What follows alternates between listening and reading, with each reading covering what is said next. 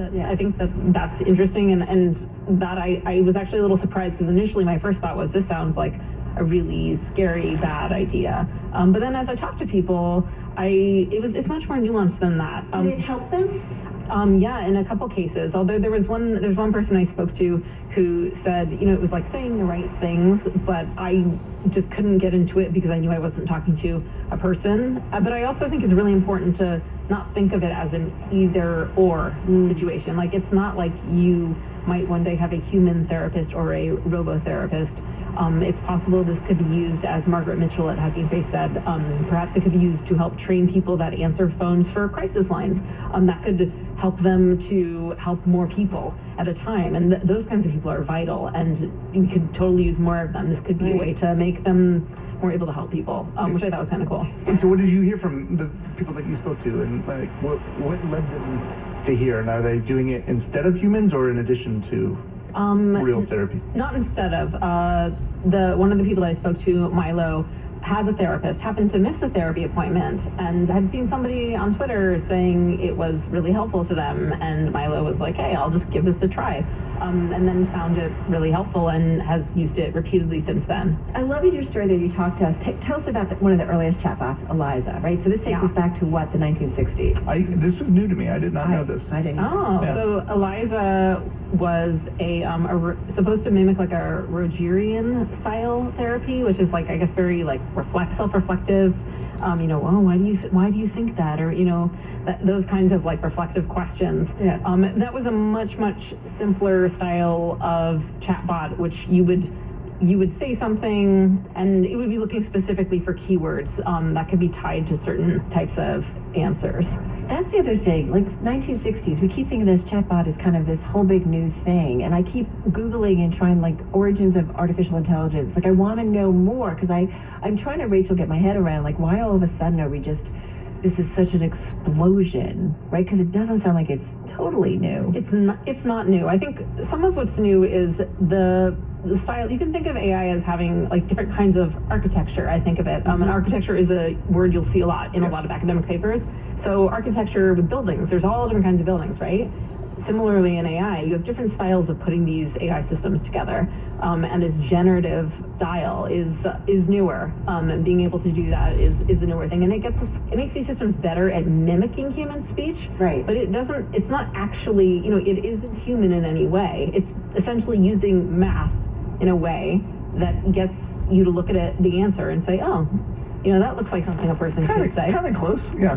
Human, that's the creepy part of it. Another thing that I learned in the story is that there are chatbots that focus on mental health. Yeah. As opposed to ChatGPT that can do whatever it does, right? So Wobot, Oyster, what are those? Those do exist. They've been out for a while in this space, and people can pay for them, and those can potentially also be helpful to people.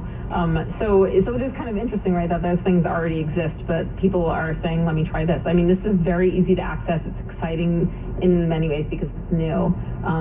So I think it's going to be like a lot of different applications of ChatGPT where we kind of have to see how the dust settles and if people actually are using it for this and other things. Carol brought up the 1960s. It made me also think of in the 1990s with Ask Jeeves, which was obviously, right? People kind of forget about that, but it was sort of this whole Don't thing. Forget about Jeeves. Don't forget about Jeeves. But interesting during these other time periods where we've seen different things like this when we think this is like something very new, but interesting that we've kind of had different iterations in a way and in the past. Yeah, I mean, I think people like to personalize and anthropomorphize technology, and sometimes that can be totally fine.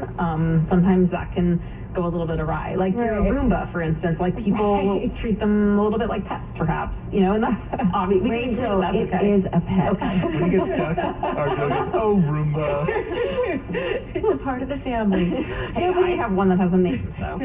We're not all crazy. No, but it is interesting about, this. I am curious how effective, or what are the medical community, like, are people weighing in about, because I just think about there's some very serious illnesses out there, and I'm just wondering, can a ChatGPT pick up some of the nuances of somebody who obviously needs some serious help? I talked to a professor who's also a clinical psychologist.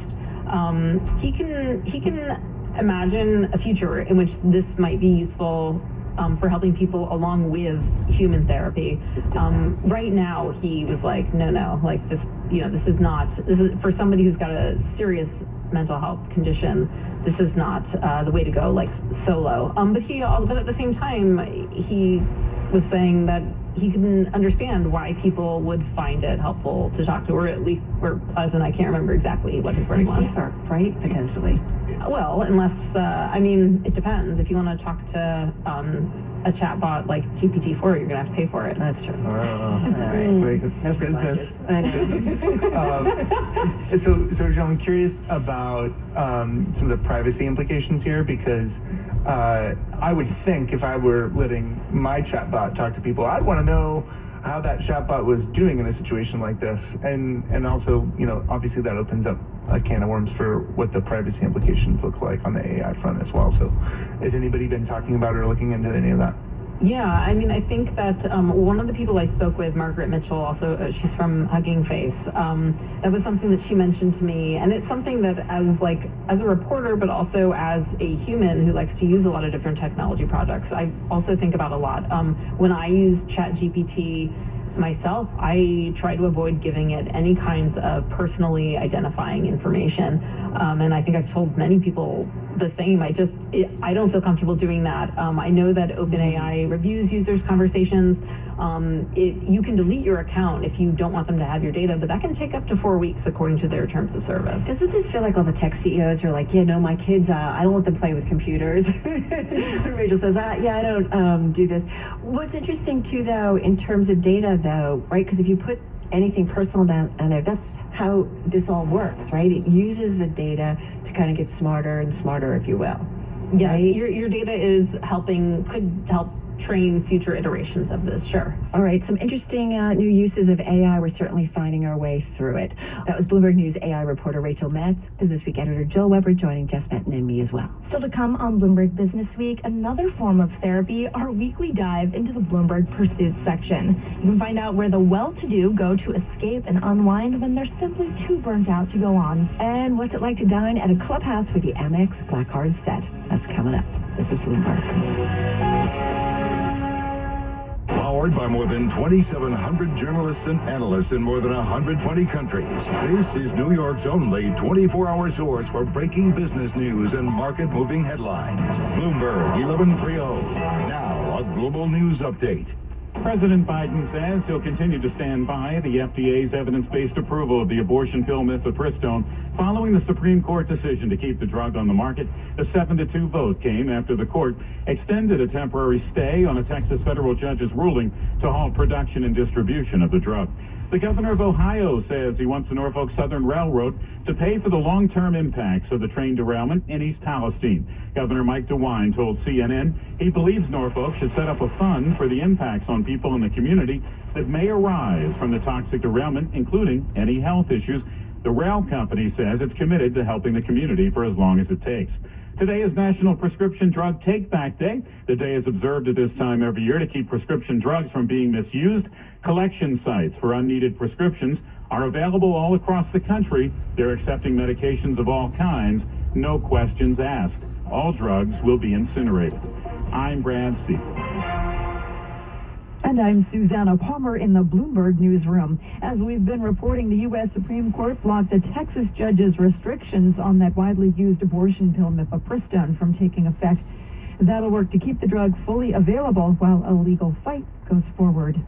We're hearing Bed Bath & Beyond could file for bankruptcy protection before the weekend is over. Our source says Bed Bath & Beyond is also looking to line up funding from 6th Street Partners to support its operations through Chapter 11. A representative for Bed Bath & Beyond didn't immediately respond to requests for comment after regular business hours, while 6th Street declined to comment.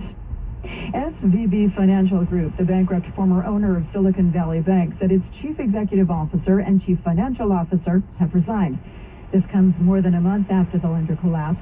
CEO Gregory Becker and CFO Daniel Beck stepped down this week. SVB said Becker will act as a consultant as needed and at no cost to the company. The firm is exploring strategic alternatives for its remaining businesses. Its Silicon Valley Bank was sold by regulators last month to First Citizens Bank shares.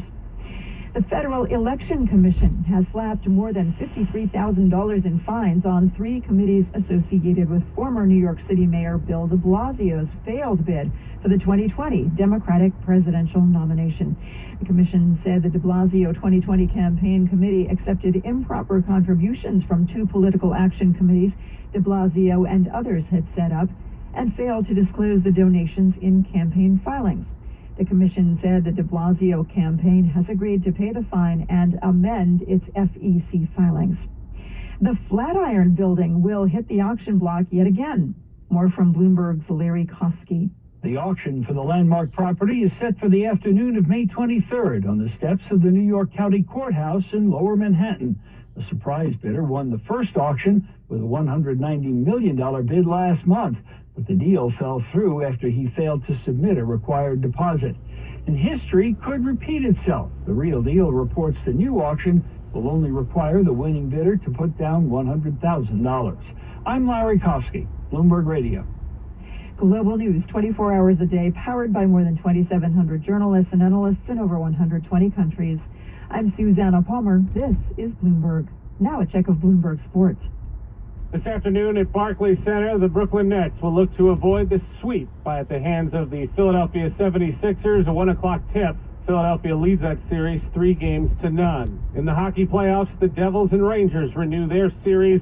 New York leads 2-0. Baseball, Yankees and Blue Jays this afternoon from the stadium. Garrett Cole looks for his 5th victory against the Jays' Alek Manoah. The Mets continue their series in San Francisco. David Peterson against Logan Webb. At Bloomberg Sports, I'm Seth Everett. Hey everyone, I'm Alex Field. And I'm Paul Sweeney. Please join us for Bloomberg Intelligence. Each week we're going to give you in-depth research and data on some of the 2,000 companies and 130 industries we cover around the world. This week we're going to take a look at first quarter earnings and how close we are to an S&P margin bottom. Plus how banking turmoil is adding to a software sales slump. Bloomberg Intelligence with Alex Steele and Paul Sweeney. Today at noon on Bloomberg 1130, the Bloomberg Business app, or listen on demand wherever you get your podcasts.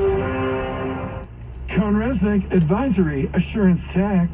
As business and private client needs grow in Florida, so is CohnReznick's team. Now with 350 people in Jupiter, Boca Raton, Fort Lauderdale, and Miami. Data, analytics, technology, connected. Bloomberg's enterprise solutions integrate systems and workflows across your firm so you can increase transparency and maximize efficiency. Ready to seize opportunities? Start at Bloomberg.com/thinkbigger. Bridgebank helps breakthrough ideas actually break through and remains dedicated to providing financial solutions to the risk takers, the game changers, and the disruptors, those committed to making the world a better place. Bridgebank has been providing financial solutions to technology and innovation companies from inception to IPO and beyond for over 2 decades through its national network of banking teams and offices. Bridgebank, a division of Western Alliance Bank, member FDIC. Bridgebank, be bold, venture wisely. Geopolitical risk, changing regulation, economic uncertainty. EY can help you identify the risks that matter. When it comes to the complexities you're facing, it isn't just about the numbers. To keep ahead of changing business needs and evolving regulations, CFOs, boards, and audit committees need critical insights to make better decisions. For more insights that matter, visit ey.com/beyond the numbers. This is a Bloomberg Money Minute. The business of growing and buying diamonds is changing. Julie Yoakum, president of Helzberg Diamonds, says sustainability and the ethical sourcing of diamonds are especially appealing to younger consumers who grew up knowing where most things they ate, used, and wore came from. Whether it's apparel and certainly an investment purchase that is going to be on their finger for hopefully a lifetime. Yoakum says the technology allows the industry to grow beautiful, genuine diamonds in months instead of millions of years. Lab-grown diamonds are real diamonds. They are grown from a natural diamond seed. So really the only difference is that one's below the ground and one's above the ground. And they're easier on your wallet, too. You can get a